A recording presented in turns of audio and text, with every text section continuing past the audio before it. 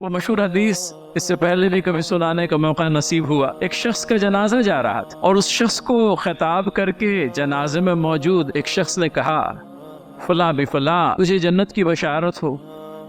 अल्लाह के नबी सल्लल्लाहु अलैहि वसल्लम शरीके जनाजा थे। फौरन गिरफ्त फरमाई, इसलाह की कि तुम्हें क्या पता कि इस शख्स की जुबान से कोई लायानी बात निकली हो, ये इस शख्स से कोई ऐसी शे खर्च करने में कंजूसी की हो जिसको खर्च करने से उसका कोई नुकसान नहीं होता। पता ये चलता है कि लायानी बात भी आदमी की मग़फ़िरत की राह में रुकावट बन जाती। हम इसे बहुत हल्के में लेते हैं। सुबह है कि बस चलती ही रहती है, कभी ज़रूरी कभी गैर ज़रूरी, और अक्सर तो गैर ज़रूरी ही।